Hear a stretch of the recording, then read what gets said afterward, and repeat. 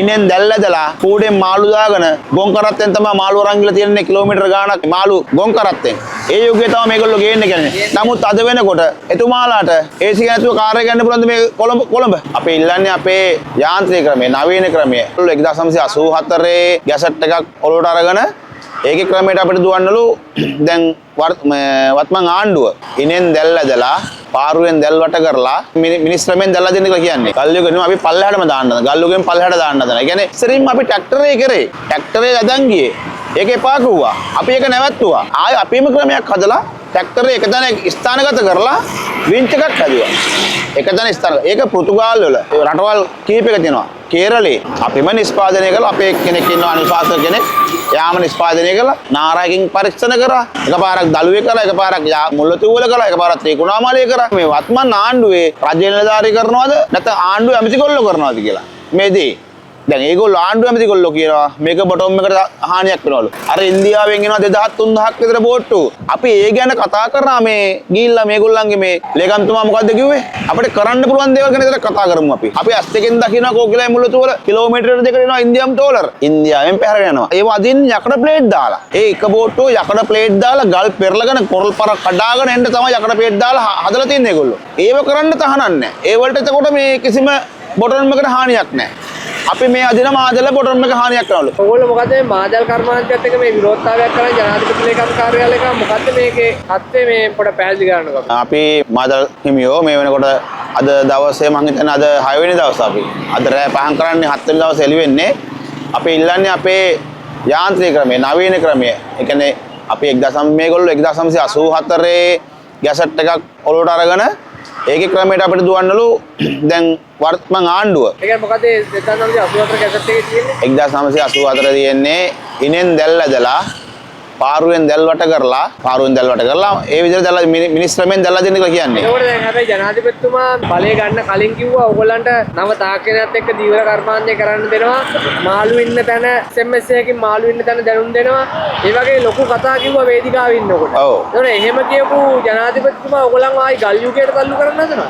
ගල් යුගෙන් අපි පල්ලෙහාටම දාන්න හදන. ගල් යුගෙන් පල්ලෙහාට දාන්න හදන. ඒ කියන්නේ ඉස්සරලා මිනිස්ත්‍රමෙන් දැල්ලා තියෙන්නේ 1984 කාලේ හිටලා තියෙන මිනිස්ත්‍රමෙන් දැල්ලා දෙන දීවරයෝ. දීවරයන්ගේ ඒගොල්ලන්ගේ දරුවෝ දැන් නවීකරණය වෙලා ඒගොල්ලෝ පිට රටවල් වල ගිහිල්ලා ගත්තම එතකොට වෙනම ජොබ් එක කරලා දැන් ඒ රස්සාවට ඒගොල්ලන්ගේ තාත්තගෙන් පස්සේ තව කෙනෙක් බිහිවුන්නේ නැහැ. දැන් අද මගේ තාත්තා මාව දීවරයෙක් කරා අපි දෙන්න මං දීවරයෙක් වුණා. ඉතින් ඒ වගේ මගේ පුතා මොන රස්සාවක් කරයිද දන්නේ නැහැ. ඒ කියන්නේ ඕගොල්ලන්ට මේකේ වැඩ කරන්න පිරිස් බල නැතුව ගියා. ඒ වුණත් විකල්පයක් වශයෙන් තමයි අපිම හඳුනාගන්න. අපි ඉස්සරින්ම අපි ට්‍රැක්ටරේ කරේ. ට්‍රැක්ටරේ අදන් ගියේ. ඒක එපා කිව්වා. අපි ඒක නැවැත්තුවා. ඒක නැවැත්තුවාට පස්සේ ආයෙ අපිම ක්‍රමයක් හදලා ට්‍රැක්ටරේ එක තැන ස්ථානගත කරලා වින්ච් එකක් හදුවා. එක තැන ස්ථාන. ඒක පෘතුගාල් වල රටවල් කීපයක තියෙනවා. කේරළේ රටවල් 4-5ක තියෙන ඒකෙන් ක්‍රමාර්ගයට තමයි ලංකාවේ අපි නිෂ්පාදනය කරේ. ට්‍රැක්ටරේ එක තැන තියලා නිෂ්පාදනය කරා. ඒ කියන්නේ ට්‍රැක්ටරේ කරපු ඒ නිෂ්පාදනය ඕගොල්ලෝම ලංකාවේ කරපු දේශීය නිෂ්පාදනය. ඔව්. අපිම නිෂ්පාදනය කළා. අපේ කෙනෙක් ඉන්නවා අනුශාසක කෙනෙක්. යාම නිෂ්පාදනය කළා. ස්ථානීය පරීක්ෂණ මේ දීවර අමාත්‍යාංශයේ සිටින අධ්‍යක්ෂ ජෙනරාල්ලා දීවර ඇමතිතුමාලා අරා ගිහිල්ලා ඒගොල්ලෝ එක තැනක ස්ථානීය පරීක්ෂණයක් කරා. ඊට පස්සේ නාරායකින් කැන්දන් ගියා. නාරායකින් පරීක්ෂණ කරා. එකපාරක් දළුවේ කළා. එකපාරක් මේ මුල්ලතුවල කළා. එකපාරක් ත්‍රිකුණාමලයේ කරා. තුම්පලක ස්ථානීය පරීක්ෂණ කරා තමයි මේ යන්ත්‍රය දුන්නේ. ඉතින් මේක අවුරුදු 13ක් ඉස්සෙල්ලා අපි කරගෙන ආවා. කරගෙන ආවද මේ වත්මන් ආණ්ඩුවේ මට තේරෙන්නේ නැහැ නිලධාරී රජයේ නිලධාරී කරනවද නැත්නම් ආණ්ඩුවේ ඇමතිකොල්ලෝ කරනවද කියලා. මේ දේ. දැන් ඒගොල්ලෝ ආණ්ඩුවේ ඇමතිකොල්ලෝ කියනවා මේක බොටොම් එකට හානියක් වෙනවලු. මේවා නිමෙදෙයිනේ බොටොම් එකට හානි වෙන්නේ. අර ඉන්දියාවෙන් එනවා 2000 3000ක් විතර බෝට්ටු 2000 3000ක් අපි ඒ ගැන කතා කරා මේ ගිහිල්ලා මේගොල්ලන්ගේ මේ එක මේසෙ ඉඳගෙන දීවර අමාත්‍යාංශයේ ලේකම්තුමා සහ අධ්‍යක්ෂ ජෙනරාල්තුමා එතුමා ලේකම්තුමා මොකද්ද කිව්වේ අපිට කරන්න පුළුවන් දේවල් ගැන විතර කතා කරමු අපි. ඒ කියන්නේ ඉන්දියාවෙන් එන බොටම් ඩෝලර් කරන්න එන බෝට්ටු නතර කරන්න මේ අමාත්‍යාංශයට බෑ කියලා ඒගොල්ලෝ කියන්නේ. ඉතින් එයා කියනවනේ අපිට මේ අපිට කරන්න පුළුවන් දේවල් ගැන විතර කතා කරමු කියලා. මම දීවරයෙක් මම සුළුපන්න දීවරයෙක් වශයෙන් ඉඳලා තමයි අද මේ මාදල් හිමියෙක් වෙලා ආවේ. මම ඇස් දෙකෙන් දකිනවා කෝකිලයි වල අපි කොකිලයි මේ මුල්ලතුවල අපි ඇස් දෙකෙන් දකිනවා කෝකිලයි මුල්ලතුවල කිලෝමීටර දෙකකට එනවා ඉන්දියාම් ඩෝලර්. ඒ කියන්නේ දැන් ඔයාලගේ මත්ස්‍ය සම්පත ඒ කියන්නේ ලංකාවේ මිනිස්සුන්ට ඉන්නේ මත්ස්‍ය සම්පත ඇවිල්ලා ඉන්දියාවෙන් පැහැරගෙන යනවා. ඉන්දියාවෙන් පැහැරගෙන යනවා. ඒකට කිසිම ප්‍රශ්නයක් නැහැ. බොටොම් එකේ ඒක ඒවා අදින්න යකඩ ප්ලේට් දාලා. ඉන්දියාවේ බෝට්ටුවක් ලංකාවේ බෝට්ටු 4කට වැඩිය ලොකුයි. ඒ එක බෝට්ටුව යකඩ ප්ලේට් දාලා ගල් පෙරලගෙන කොරල් පර කඩාගෙන එන්න තමයි යකඩ ප්ලේට් දාලා හදලා තින්නේ ඒගොල්ලෝ. ඒව කරන්න තහනම් නැහැ. ඒ වලට එතකොට මේ කිසිම බොටම් එකට හානියක් නැහැ. අපි මේ අදින මාදල බොටම් එක හානියක් කරනවලු. පරිසරවේදියෙක් කියනවා කාණු හැරෙනවලු. එක මිස් කෙනෙක් කියනවා කැස්බෑව පිටර දාන වල් මැරෙනවලු. එතකොට තව එක්කෙනෙක් කියනවා මේ බොටම් එක ගොඩක් හාරගෙන එනවලු. එක දේවල් කියනවා. ඒගොල්ලෝ ගිහිල්ලා බලලාද? නෑ අර මිස් කොහෙද? එහෙමනම් වැල්ලේ ඇවිදින්නත් බෑනේ කැස්බෑව පිටර දාලා තියෙනවනම්.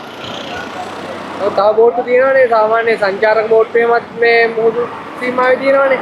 සංචාරකයොත් ඇවිල්ලා ඉන්නවනේ. ඒතකොට ඒකත් මේ කැස්බෑවෝට ඉන්න වෙන්නේ නැහැ. එහෙම බැලුවොත් මේ කියන හැම දෙයක් නිසාම. ඔව් නැත්තම් කැස්බෑවෝ මේගොල්ලෝ අල්ලන්න දුවනවා අරව කරනවා කැස්බෑවන්ට ලී වලින් අයිනවයි. ඒතර එන්න බෑනේ කැස්බෑවට ළඟට.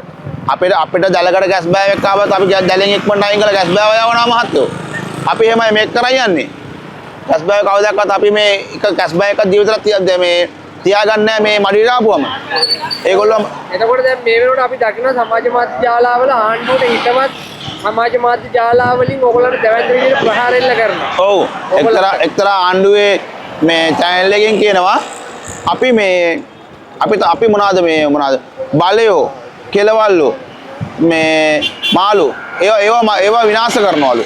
එතකොට තව කිව්වා මොකද්ද මට මතක නෑ මේ එන ගොඩක් දේවල් කිව්වා. අපි මේ මුහුදුපත්වල විනාශ කරනවලු. වෙරළ ගැන කතා කරුවා. වෙරළ කාදනය වෙනවලු. වෙරළ කාදනය වෙනවා කියලා මම දැනගත්තේ මට අවුරුදු 12 ඉඳලා. වෙරළ කාදනය දැනගත්තේ. කොහොමත් මේ පරිසර උෂ්ණත්වය දැන් ඉහළ යන්න අවුරුද්දකට මීටර 2ක් මුහුද ඉස්සෙනවා. ඒක මේගොල්ලෝ දන්නවා.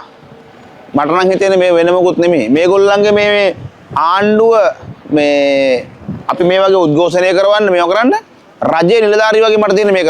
අපි නොවැම්බර් 16 වෙනිදා දැවැන්ත උද්ඝෝෂණයක් කරා. දැවැන්ත උද්ඝෝෂණයක් කරලා දිවර අමාත්‍යාංශ අස්සර ගිහිල්ලා සාකච්ඡාවක් කරලා ඇවිල්ලා කිව්වා අපිට දෙන්නම් කියලා මේ දෙසැම්බර් 5 වෙනිදා සාකච්ඡාවක් දෙන්න කිව්වා. ඒ රජයේ නිලධාරී අපිට අද වෙන තුලත් සාකච්ඡාවක් දෙන්න බැරුව අපි මේ වරගල මේ සත්‍යාග්‍රහය කරනකම්. එතකොට රජයේ නිලධාරී තමයි මේක මං හිතන්නේ මේක මේ කරපල්ලා උඹලා උද්ඝෝෂණය කරපල්ලා කියලා අපි පාර දාන්න වගේ. ඒකෝ දැන් මෙතන පත්තුනේ ජනතාවගේ ජන දුක හඳුනන ජන පීඩනය දැන්න නායකයෙක් කියලා කෙනෙක් පත්තුනේ. ඒ කියන්නේ නිර්ධනපන්ති නායකයෙක්. ඔව්. දැන් මේ මෙතන ඇත්තටම බැලුවොත් අපි ඔයාලා අපි හැමෝම නිර්ධනපන්ති මිනිස්සු. ඔව්. එතකොට මේ නිර්ධනපන්තියේ නායකයා මේ සීතල කාමරයට ගියාම මේ නිර්ධනපන්ති මිනිසුන්ගේ දුක නැත්තම් ජීවත් වීමේ අරගලය අමතක වුණා කියලාද ඕගොල්ලෝ කියන්නේ? නිර්ධනපන්තියේ නායකයා ඒසි කාමරවල ඉන්නවා වගේ නිර්ධන මිනිස්සු නිදාගෙන ඉන්නවා අපිලානේ. නිර්ධන මිනිස්සු පාර පුරා නිදාගෙන ඉන්නවා. අපි හිතන් හිටියේ මේක තමයි රජය, මේක තමයි ආණ්ඩුව. අපි අර ඇවිදින්න බැරි මිනිස්සු මුස්සන් ගිහලා වහන තියලා තමයි ඡන්ද දාන්න ගෙනෙත්තේ. මාලිමාව කියන එක අඳුරන්නේ නැති මිනිස්සුන්ට ඔරලෝසුවක් තියෙන මැදලා 100කට හතර ගහන්න ගිය මිනිස්සු අපි. මුල්ලතූවල වැඩිම ඡන්ද දුන්න අපේ ගම්මානේ කට්ටිය තමයි. අද අපේ ගම්මානේ දීවර ගම්මානයක් වශයෙන් තිබුණ කෝගලා දීවර ගම්මානේ. ඒ මිනිස්සුන්ට රස්සාවක් කරගන්න බෑ ඉන්දියන් ඩොලර් වලින්. ඒව හොයන්නේ නැහැ. අපි මේ මාදල් විතරක් නෙමෙයි සිංහ මේ ඒ තීරේ කරන්නේ සුළුපන්න ජීවලත් ඉන්නවා. ඒ සුළුපන්න ජීවලන්ට මාර මේ හානියක් තියෙන අර එක්තරා ඉන්දියාවේ කියන කොටස් වලින්. සුළුපන්න ජීවරය කොච්චර කම්ප්ලේන් කරත් තාම මේ රජයෙන් ඇක්ෂන් එකක් ගන්න නැහනේ. සුළුපන්න ජීවරයන් අවුස්සනවා උඹලා මේක කරපල්ලා. කොටසක් ඉඳගෙන අවුස්සනවා මේකට තහනම් වෙලා. මේකට තහනම් වෙලා. සුළුපන්න ජීවරයන් මසුරවන්නේ අර ආණ්ඩුවේ මන්ත්‍රා දෙන්න 3 දෙනෙක් එකතු වෙලා. එතකොට මේ ඉන්දියාවේ බොටම් ඩොලර් වලට මේගොල්ලෝ විරුද්ධ වෙන්නේ නැහැ. විරුද්ධ වෙන්නේ නැහැ. ඕගොල්ලන්ට විරුද්ධ වෙනවා. අපිට විරුද්ධ වෙනවා. ඒකේ මොකක් හරි ඕගොල්ලන්ට පේන අදිසි හස්තයක් තියෙනවා කියලා හිතන්නේ. අපිට හිතෙන්නේ ඒක අදිසි හස්තයන්නේ මහා ලොකු හෝනියමක්. අර සිරිපති ගිහිල්ලා ආවේ. ඒ වගේ සිරිපති ගිහිල්ලා වගේ එක එන ආණ්ඩුවේ එක්තරා ලොකු අය ඉන්දියාවේ ගිහිල්ලා එනවා. ඉන්දියාවට ගිහිල්ලෙද්දි ලොකු ගුලියක් මොකක් කරේ අරන් එන්නේ. ඒගොල්ලෝ ඉල්ලන්නේ මේ ලංකාවේ මුහුදනේ. ලංකාවේ මුහුදේ අත්සන්න වැඩි. ලංකාවේ මුහුදේ අත්සන්න වැඩි. ලංකාවේ මුහුදේ බීජ වැවෙනවා වැඩි. එතකොට ඔයාලට කරත්ත වලින් මාළු අදින්න ඊට පස්සේ ඉනෙන් මාළු අදින්න කියලා ඉන්දියාවේ කට්ටිය ඇවිල්ලා මැෂින් වලින් මාළු අල්ලලා ඉන්නවා. අන්න හරි. ඒගොල්ලෝ කියන්නේ 1984 මාදල් කරපු කට්ටිය මාදල් කරලා තියෙන්නේ පාරක් නැති වැල්ලේ. පාරක් නැති ඉනෙන් දැල්ලදලා හරිද? කූඩෙන් මාළු දාගෙන ගොන් කරත්තෙන් තමයි මාළු අරන් ගිහලා තියෙන්නේ කිලෝමීටර ගාණක් මේ මාළු මේව කරන දැනට. ගොන් කරත්තෙන්. ඒ යුගයේ තමයි මේගොල්ලෝ ගේන්නේ කියන්නේ. නමුත් අද වෙනකොට එතුමාලාට AC නැතුව කාර් එක ගන්න පුළුවන්ද මේ කොළඹ? AC නැති කාර් එකේ යයිද මේ ඔය ඉන්න රජ නිලධාරි කිසිම කෙනෙක්? නිලධාරීන්ට මේ හරියට වැඩසටහන් ටික කරගන්න බෑ කියලා කැප් 1700 ගේන්නත් ලැහැත් වෙනවා. ඔව්. හැබැයි ඕගොල්ලන්ට කරත්තෙයි මේ ඉනයි පාවිච්චි කරලා මාළු වලන්න අපිට. මාළු වලන්න කියන. ඒතකොට ඒක සාධාරණයක් නෑ නේද? සාධාරණ කිසිම සාධාරණයක් නෑනේ. දැන් මේ ආණ්ඩුවෙන් කිව්වේ අපි යන්නේ බස් එකේ. පුළුවන් නම් පුට්සයිකලේ යනවා කිව්වා. නමුත් අපි ආණ්ඩුවට බයි ඉන්නේ නෑ. ආණ්ඩුවට බැලලා වැඩකුත් නෑ. මේ ඔක්කොම තීරණ දෙන්නේ රාජ්‍ය නිලධාරී නැහැ කියනවද? රජයේ නිලධාරී එන ආණ්ඩුව වත්මන් ආණ්ඩුව දන්නවද මේ වෙන 50තරව මේවා? දන්නේ නැහැ. අද වෙනකොට මේ සෞඛ්‍ය ඇමති ඉන්නේ. ඒ කියන්නේ මේ ආණ්ඩුවේ කට්ටියට කිසිම අනපනක් ගැන දැනුමක් නැහැ කියන එකනේ ඕගොල්ලෝ කියන එකෙන් අපිට පැහැදිලි වෙන්නේ. ඒ කියන්නේ මේගොල්ලොන්ට රාජ්‍යකරණය ගැන අවබෝධයක් නැහැ කියන එක. ඔව් අපේ වත්මන් ඉන්න දැන් සෞඛ්‍ය ඇමති නලින් ජයවීර පොතක් තියාගෙන පොත බලාගෙන දීවර කටයුතු කරන කියනවා. අපි ප්‍රැක්ටිකල් කියනවා. අපිව ගන්න එක මේසකට. අපි කියන්නේ රජයේ නායක, රජයේ වනජීවියක, රජයේ වෙරණ සංරක්ෂණයක, රජයේ තියෙන පරිසරිතකාමියක ගේන්න කියන දීවර අමාත්‍යාංශය, සුළුපන්න දීවරයෝ, මාදල් හිමියෝ, දීවර ඇමතිතුමා, නියෝජ්‍ය ඇමතිතුමා එන්න කියන එක මේසකට. අපි කතා කරමු. මොකද්ද වෙන්නේ කියලා බලන්න මේකේ. කවුද හානි කරන්නේ කියලා පෙන්වන්න අපිට. කවුද වැරදි කරන්නේ නැති කියලා පෙන්වන්න කියන්නේ. අපේ බොටම් එක අපේ මාදලෙන් බොටම් එකට හානියක් වෙනවා නම් හරිද? අද ඉන්දියාවෙන් යලල්ලන බොටම් එක කොහොම වෙයිද? මේ වර්තමාන නියෝජ්‍ය දේවෑර ඇමතිතුමා දන්නේ නැහැ. එහෙමනම් විසිදලක් දාන්න බැරවන මිනිස්සුන්ට විසිදල දාන්නේ පොළොවට වටරවුමක් කරලා පොළොවට වැටෙන්නේ. ඒක මේ CBN ඇදලා ගන්න දෙන්නේ පොළොව දිගේ. ඒතර ඒක බොටම් එක හානියක් වෙන්නේ නැද්ද? ඒක පොළොව නිමෙද බොටම් එක වැටෙන්නේ. මේ මාළු කණ්ඩ දෙන්න නෙමෙයි මේ මිනිස්සු හදන්නේ. පිටරටින් ගෙන්නලා කොමිස් එක ගන්න හදන්නේ. ඒක ඔක්කොම කරන්නේ මෙහෙ නෙමෙයි. ඇමතිගොල්ලෝ නෙමෙයි. රජේ නිලධාරි කරන්න ඔක්කොම. ඔක්කොම හසුරවල ඉවර වැඩි කරන්න. මේගොල්ලෝ දිවසේස දැනගන්න මේගොල්ලෝ. මෙතන මේ මාළු අස්සන වැඩිපුර වෙන ප්‍රදේශ. මුල්ලතුව කියන්නේ මාළු අස්සන වැඩිපුර. ත්‍රිකුණාමලය කියන්නේ මාළු අස්සන වැඩිපුර වෙන ප්‍රදේශ. මාදල් මාළු. අපි අල්ලලා ලෙවන්නේ අලුත් මාළු. අද මේ සමාජ මාධ්‍යයේ වෛරල් යනවා. සාලය ග්‍රෑම් 500ක් රුපියල් 400යිලුනේ. සාලය ග්‍රෑම් 500ක් රුපියල් 400යිලු. ඒතර කිලෝ එකක් රුපියල් 800යි. නේද? සාමාන්‍ය ජනතාවට කන්න පුළුවන්ද? අපි අල්ලන මාළු අපි දෙන්නේ සාලය කිලෝ එකක් 200 300යි විකුණන්නේ කිලෝ එක තොග. මම දැනගන්න මගේ එක බිලකවත් නැහැ. සාලය කිලෝ එක රුපියල් 500 ඉස්සර කියලා තියෙනවා. ඉතින් මේ වත්මන් ආණ්ඩුව කරන්න හදන්නේ මිනිස්සුන්ට කන්න දෙන්න හදන්නේ තනිකර පිටරටින් ගේන දේවල්. ලංකාවේ මාළු කන්න දෙන්න හදන්නේ නැහැ.